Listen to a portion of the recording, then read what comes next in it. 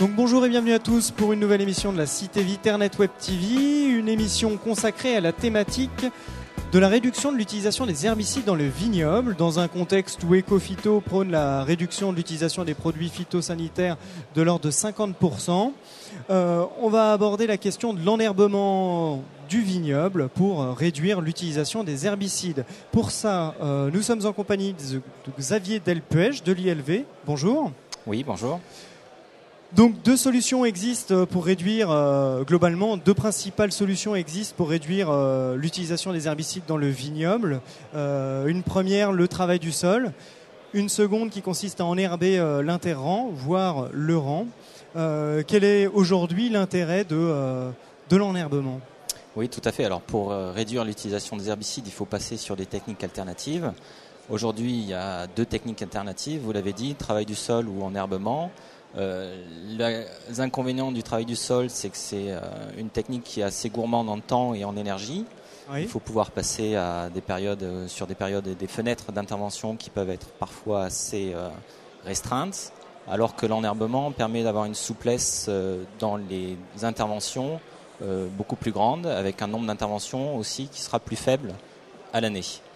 Et c'est aussi une technique qui est intéressante pour protéger les sols, notamment de tout ce qui est érosion, puisqu'on va couvrir le sol, donc on va limiter tout ce qui est problématique de ruissellement et puis d'entraînement de terre en dehors de la parcelle.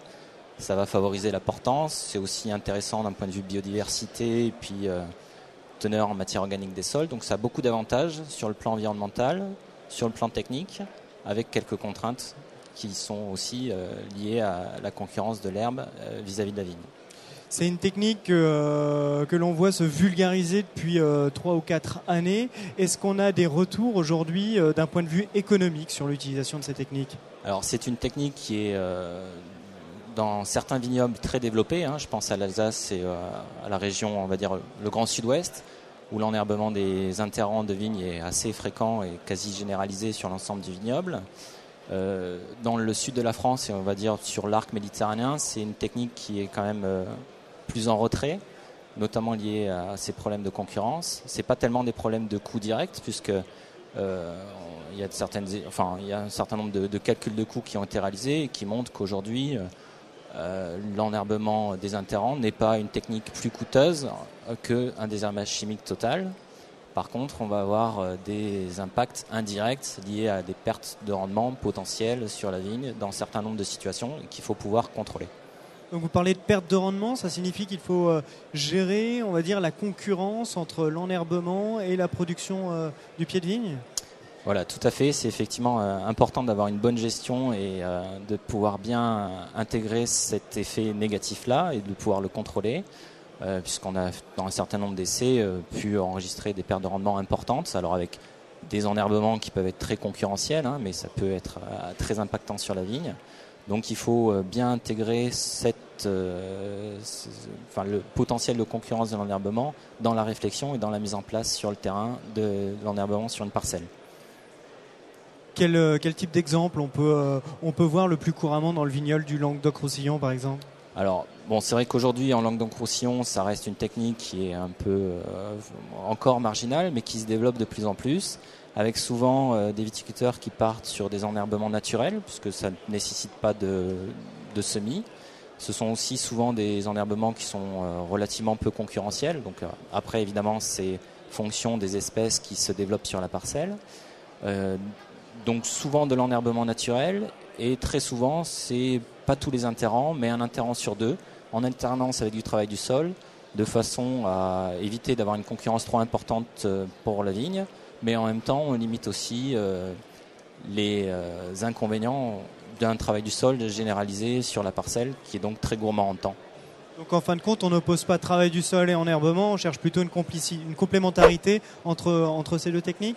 Tout à fait. Ce qu'il faut les voir, c'est complémentaire, à la fois sur une même parcelle, mais aussi sur l'exploitation, puisque en fonction des caractéristiques pédologiques des différentes parcelles, on va choisir dans tel ou tel cas plutôt une technique ou plutôt l'autre. C'est-à-dire sur les parcelles à sol profond avec des objectifs une vigueur relativement importante, on va dire. On va pouvoir accepter une concurrence un peu plus importante de l'herbe. Et surtout, dans ces sols-là, la vigne va pouvoir redéployer son système racinaire en profondeur, donc en quelque sorte échapper à la concurrence de l'herbe, et donc l'herbe aura un impact plus mesuré sur la vigne. Donc dans les sols plutôt profonds, on va pouvoir plus facilement aller vers de l'enherbement de l'interrang, qu'il soit naturel ou semé.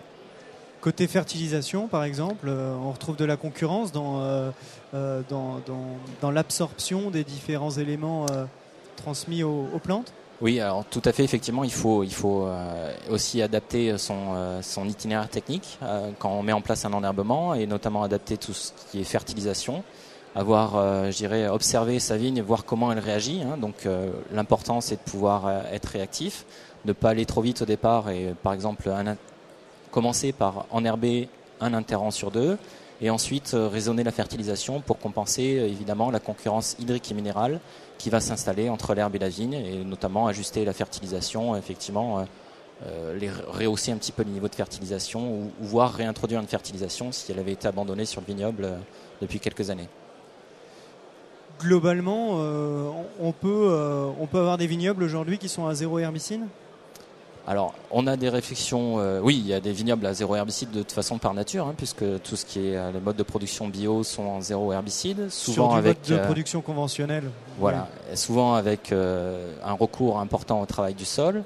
Maintenant, on a des réflexions et des essais en cours pour passer à du 0 herbicide sur l'ensemble de la parcelle, avec une gestion du sol, de l'entretien du sol sous le rang, qui fasse appel soit à du désherbage mécanique, donc ça c'est quelque chose de relativement classique, voire avec des essais en cours où on met de l'enherbement même sous le rang de vigne pour passer sur des modes de production 0 herbicide.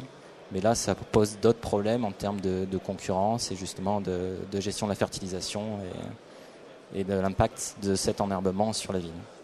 Xavier Delpech, je vous remercie et puis je vous souhaite une bonne fin de salon. Merci à vous.